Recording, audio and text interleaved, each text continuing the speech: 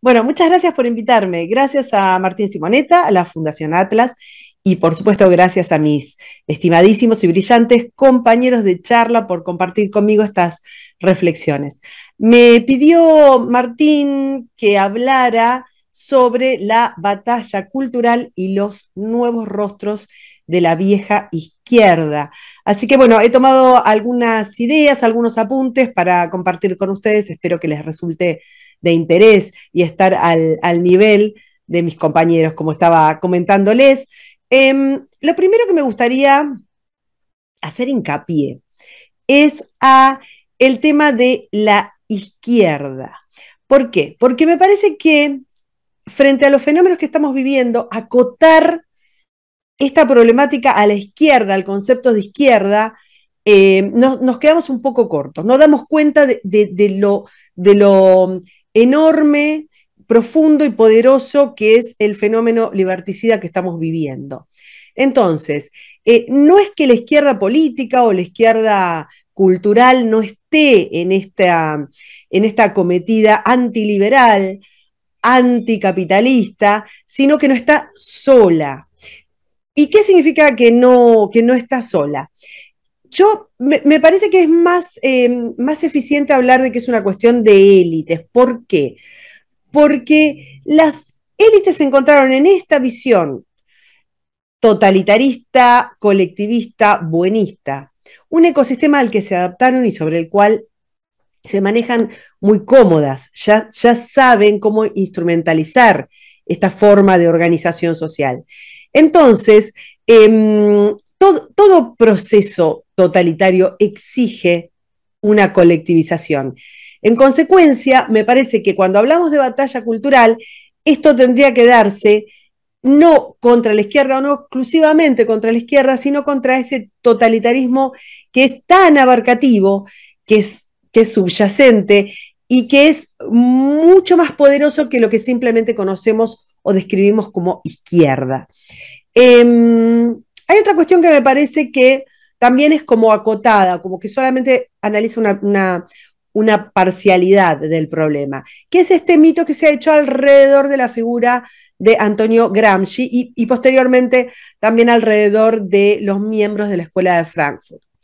Es real que Gramsci da una vuelta de tuerca muy importante a la lucha marxista cuando propone penetrar en las estructuras culturales y educativas de la sociedad. Esta es una agenda, es una propuesta potente y es muy a largo plazo y es bueno quedarse con esa idea. Eh, Hay que situar un par de datos para entender esto. Gramsci nace a fin del siglo XIX, nace en 1891 y muere en 1937. ¿Esto qué significa?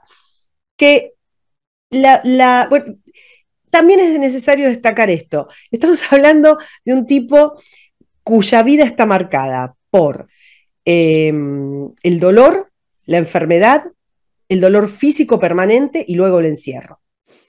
Eh, Cuando muere Gramsci y cuando Gramsci elabora su teoría, lo que está viendo, su realidad, lo que está analizando es la Primera Guerra y el periodo de entreguerras. Eh, de manera tal que no hay manera de que Gramsci pudiera entender el grupo de eventos sobre los cuales se insertó mayormente su teoría. Y estamos hablando de lo que es la posguerra, de lo que es la Guerra Fría. Me parece que es importante entender cuál es el concepto y cuál es el momento en el que, y el contexto en el que Gramsci elabora esta especie de estrategia de colar las ideas marxistas más sobre la estructura intelectual y simbólica que sobre la confrontación armada. Entonces les decía que no hay manera de que Gramsci entendiera los dispositivos institucionales, tecnológicos, culturales, que vienen de la segunda mitad del siglo pasado hasta nuestros días. por supuesto, no hay manera de que entienda la revolución digital y la popularidad de la revolución digital que tenemos en estos primeros años del siglo XXI. Hay una cuestión que es clave en el éxito de todos los colectivismos, los viejos, los nuevos, los internacionales a la escala que tenemos hoy, esto que se llama, que se ha dado a llamar globalismo, que es la enorme capacidad, y esto sí se ve en Gramsci, la enorme capacidad de crear narrativa y agenda. Es siempre una capacidad de gran calibre que muestra la habilidad de Gramsci para pensar, para entender las circunstancias en las que se encuentra, para diagnosticar los conflictos y para generar una narrativa que, que sirva para explicar los conflictos según la teoría marxista. Gramsci promueve, en algún sentido, la existencia de una intelectualidad que plasme la teoría en la vida cotidiana. ¿Qué es esto que hace Gramsci? Es algo que hace el marxismo siempre, que es una capacidad adaptativa. El marxismo es, en esencia, adaptativo. Es su gran superpoder. En este sentido tiene muchísima razón el título de la charla cuando habla de nuevos rostros. La capacidad camaleónica se ha desplegado, tanto se ha desplegado, que ha logrado superar con creces en la actualidad eventos tan terribles como la construcción del muro, la caída del muro, la implosión de la Unión Soviética y la vigencia de las antiguas, digamos, de las antiguas dictaduras comunistas. Estamos hablando de Cuba, de Corea o de la mismísima China. Entonces, nos encontramos ante un paradigma que tiene muchos más nombres que izquierda y que no significa necesariamente lo mismo. Hablamos de cultura woke, de igualitarismo, de identitarismo, de globalismo, de corrección política, de progresismo, y todas estas cosas que de alguna manera confluyen, digamos, hacia una ideología similar, no significan lo mismo. Y no podrían significar lo mismo, porque a la vez ellas mismas son mutantes, no son monolíticas, no están cerradas. En algunos casos incluso se contradicen entre sí. Esta es una genialidad del colectivismo. ¿Y por qué es una genialidad incluso que se contradigan entre sí? Porque lo que no entra por un lado, entra por el otro. Porque lo que levanta alarmas por un lado hace que se baje la guardia por el otro. Esta capacidad que tiene el totalitarismo colectivista, en el que está incluida la izquierda, pero no solo, esta capacidad que tiene el totalitarismo colectivista es la de dividirse y mutar. Por eso es tan difícil combatirlo. Es una cuestión de una especie de multifacetismo del cual sacan el jugo todos, no está la izquierda sola aquí adentro. Es también un espacio en el que se favorecen las élites, porque se favorecen siempre los que tienen poder dentro de los colectivismos y dentro de los totalitarismos. Esto es muy viejo. En esto de dividir sin mutar, me parece que sirve muchísimo el introducir la teoría de la revolución molecular. Es una teoría bien interesante, me parece que da cuenta más que Gramsci, digamos, para entender los tiempos que corren. Es una teoría que fue plasmada hace unas cuantas décadas por un psicoanalista y filósofo llamado Félix Guattari. Guattari era un militante, digamos, de la izquierda de su tiempo, del setentismo, muy comprometido con los movimientos antisistema hispanistas, los movimientos antisistema hispanoamericanos y de Medio Oriente. Pensemos cuál es el contexto de Guattari siempre cuando analizamos las aplicaciones de su teoría. Entonces,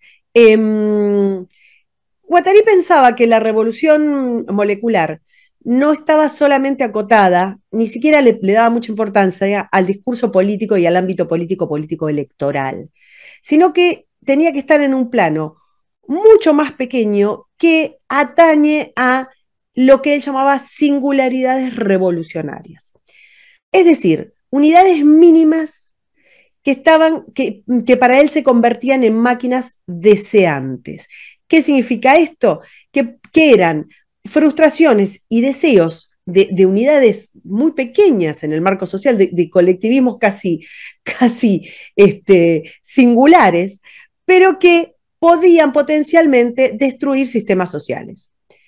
Para este objetivo, y es importantísimo tener esto en cuenta, para este objetivo, la pieza clave de Guattari, que no está en Gramsci, es el caos.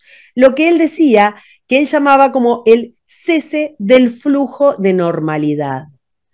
Entonces, ¿qué pasa? La revolución molecular no reside en la oposición antisistema tradicional, sino en la creación de una multiplicidad de líneas de fuga. Y esas líneas de fuga tienen que crear múltiples sistemas de vida alternativos. No sé si les suena esto, pero es clarísimo. ¿Qué pasa? Bueno, digamos, conforme la terminología de su época, él decía que estos sistemas de vida alternativos lo que tenían que hacer era detonar las relaciones heterocentradas y el familiarismo burgués. Eso sí es propio de su época. ¿Qué es lo que propone? Propone una lucha social a través de la micropolítica del deseo. Y esa micropolítica tiene que intervenir en todo. En todo es, en la sensibilidad, en la ofensa, en la locura, en la frustración, en la ira, en la depresión. Esto es que todas estas micropolíticas del deseo tienen que construir múltiples oposiciones. Acá es interesante ver que para cuando se empezó a desenterrar a Gramsci para hablar de la batalla cultural, que esto lo empezó a hacer, digamos, el amplio espectro que está a la derecha de la izquierda, vamos a poner. Ya el aparato educativo, cultural, occidental, ya tenía desde los años 70 desde preescolar hasta las titulaciones de posgrado, era una máquina de fotocopiar revolucionarios, pero que estaban educados más en base a las visiones de Guattari que a las de Gramsci. Entonces, con esas visiones se criaron niños de los años 70. Entonces, lo más criticable, lo más claramente criticable, no es tanto los jóvenes que se ponen tan abiertamente en exposición ahora, sino los que actualmente están gobernando el mundo. ¿Por qué? Porque con esas ideas, con esa visión de Guattari, todo ese grupo de gente salió al mundo. Salieron los anticapitalistas, los progresistas, los infantilizados, los woke, los victimizados, los temerosos, los frágiles, los igualitaristas. Son quienes gobiernan hoy el mundo y están en todos los estamentos, en el ámbito privado, en el ámbito público, en el ámbito de la producción, en el ámbito de la producción académica y también obviamente en el ámbito de la cultura y de los medios. Pero estamos hablando de un ejército dispuesto a replicar esas micro contradicciones con el sistema, no todo un sistema, no es un partido político de izquierda, sino esto que estábamos hablando, estas micro máquinas de contradecir el sistema. La teoría de la revolución molecular plantea una serie de premisas acerca de con las cuales se puede subvertir Occidente. Y acá va otra serie de cosas que me parece que les pueden resultar como conocidas actualmente. Una de ellas es la acción nómade, la acción virtual, casi cercana a la concepción de guerrilla. Pensemos en qué momento escribe Guattari.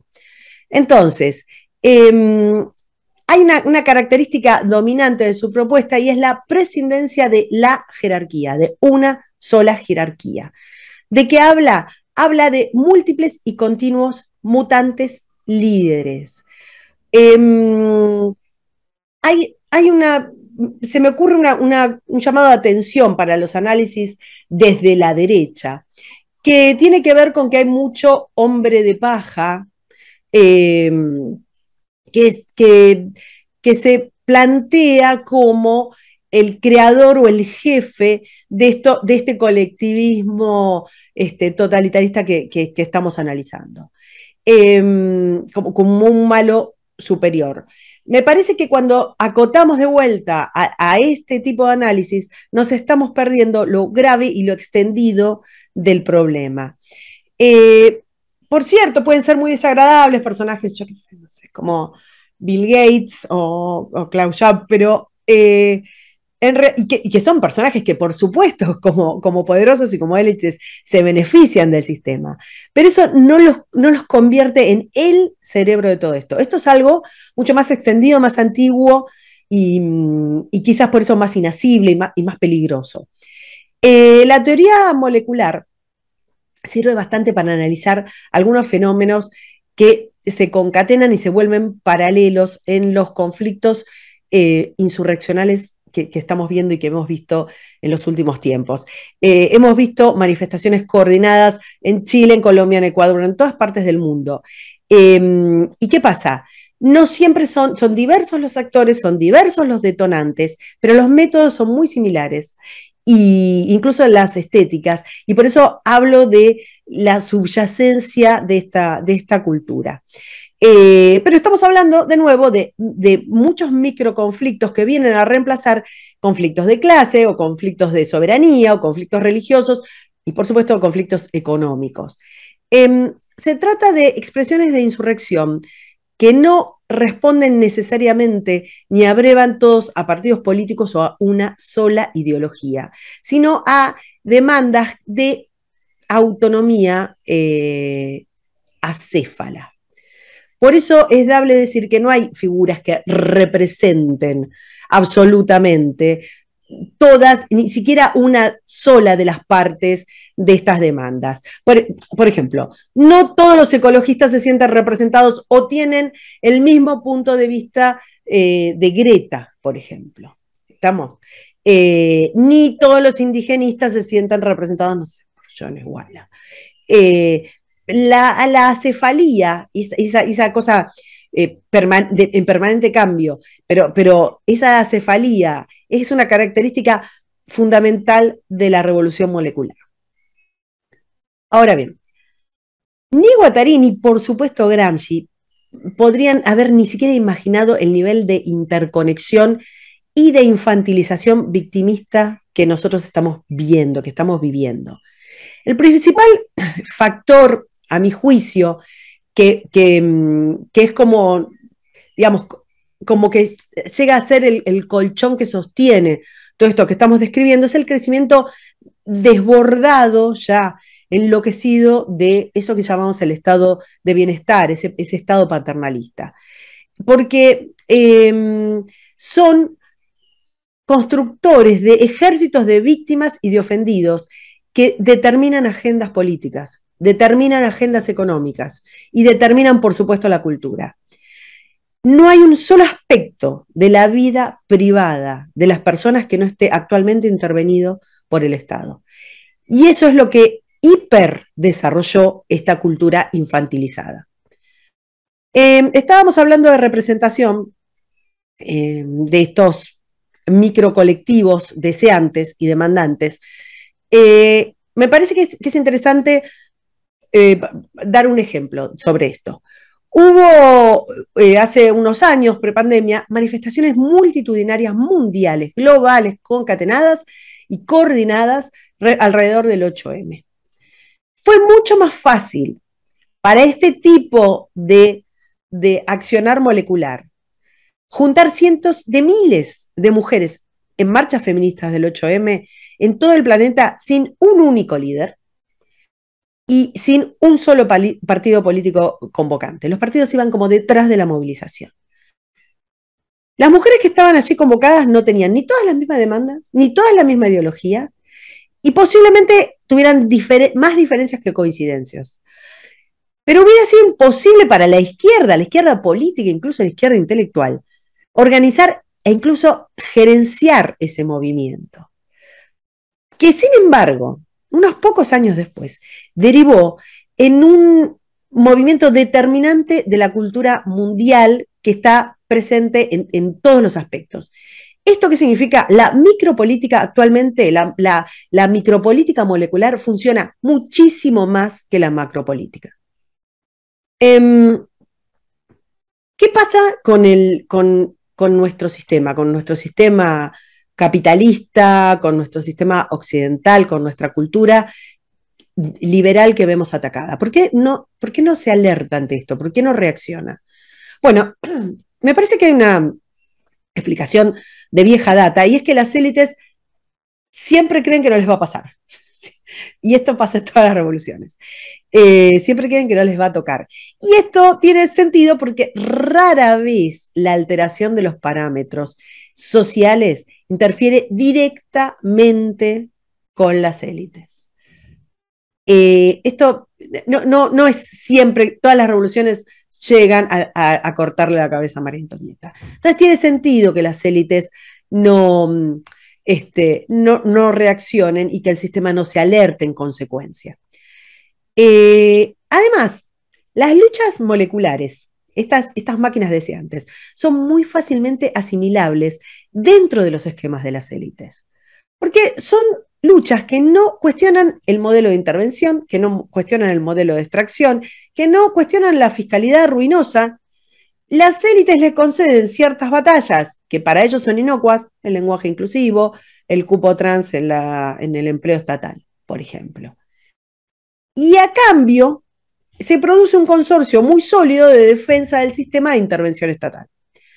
Las demandas de revolución molecular nunca piden menos intervención, siempre piden más intervención y más control. Entonces, ese matrimonio es muy sólido, es de hierro, élites y demandas moleculares. Bueno, para ir cerrando, respecto de lo que es la batalla cultural, me parece que hay una cuestión que tal vez es interesante destacar, y es que el espectro que está a la derecha de la izquierda siempre reacciona, no tiene agenda, no tiene narrativa, tiene siempre una reacción a esta capacidad que habíamos dicho, desde Gramsci, que nombramos en Gramsci, que nombramos con la Escuela de Frankfurt o que nombramos con Guattari, solamente reacciona frente a esta capacidad de la intelectualidad marxista o de la intelectualidad colectivista de generar narrativa.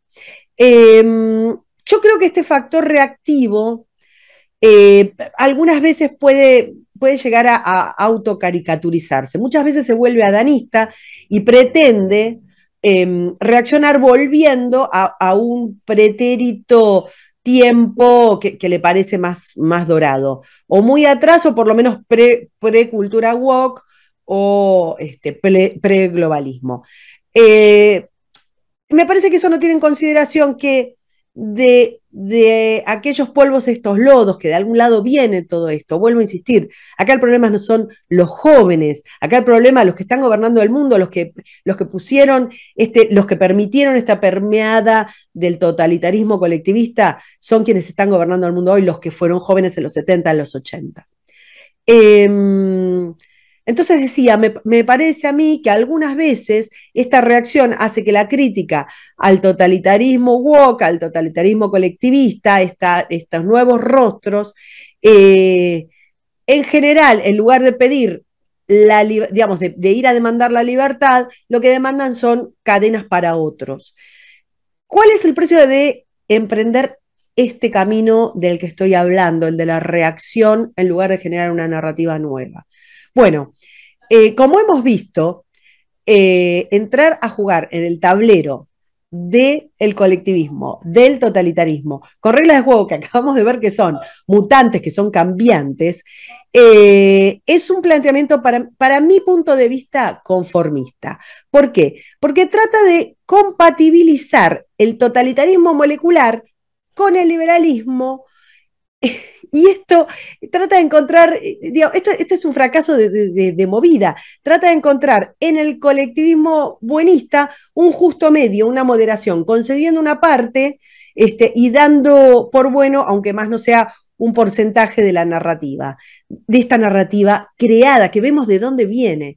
Entonces, si ya sabemos de dónde surge y cuál es el propósito y cómo funciona y cuál es el éxito de la capacidad que dijimos adaptativa que tiene, dar por buena una parte es dar por perdida la batalla. Es querer tomar la pastilla colorada y la azul a la vez. Es todo junto. Estamos jugando en tableros que no nos pertenecen, con reglas de juego que no gobernamos y que no sabemos utilizar. Y si seguimos en ese camino, bueno, ya sabemos quién va a vencer. Bueno, les agradezco mucho por haberme invitado. Un saludo a todos y hasta luego.